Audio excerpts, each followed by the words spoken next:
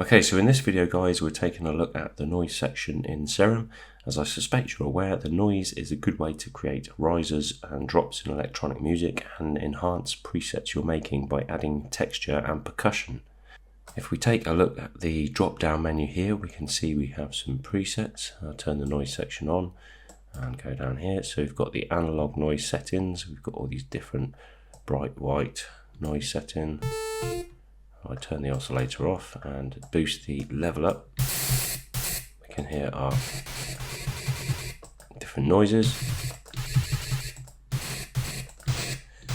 So if we cycle through these, we can see we have some that are actual percussion ones. If I go down to attacks kick, and we've got, so that's currently playing the sample through at very high speed. So that brings us to our first checkbox. So this box here is the one shot mode. So if I check that box, instead of playing a loop, it will play it through once. So we've got all these different kick sounds we can actually create a kick with, or it could actually create a 808.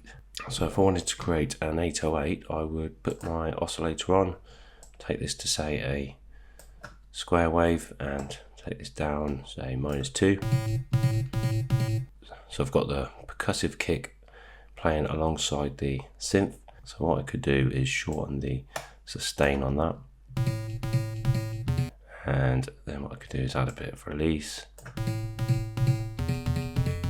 then I could go through my different noises.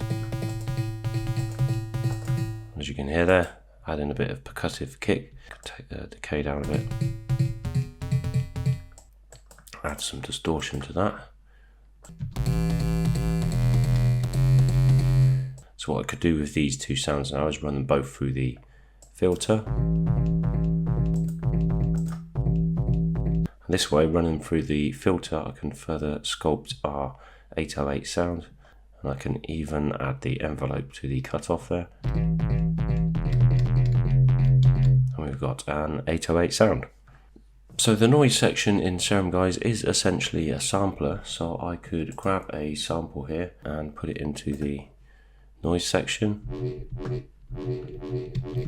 Now if I check the box of the keyboard tracking mode, the same as we've got on the filter there, it will play that sample across the keyboard.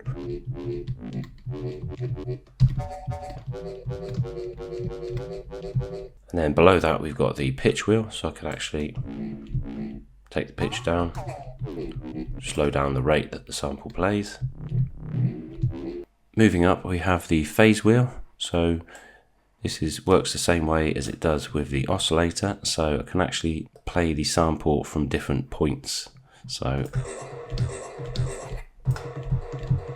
and then the randomization wheel, if I crank that fully up to maximum, every time I press a key, it will play it from a different spot across the sample. Then the pan knob is obviously left and right, panning left and right, and then we have the level wheel here, which obviously is the overall volume of the sound. So the cool thing with this noise setting is we can actually start creating our own risers for techno and trance music. So what I could do is set my LFO to the shape of a riser, and then put our sound through the filter. So I need to check the noise box, and then I need to send the LFO to the cutoff. So it's playing that through quite fast, so I'll drop the rate down to say 2 bars.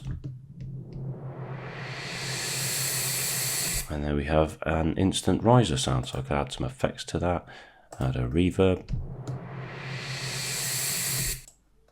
And alternatively, I could reverse that shape to create a drop. And take it across 1 bar. So a good thing to do when creating riser sounds would be to add a EQ there, add a high pass filter on there to further enhance the sound of our riser. And that's the noise section in a nutshell, guys. Great for adding some snap or texture to a sound, creating effects and risers, or even just using it as a standalone sampler.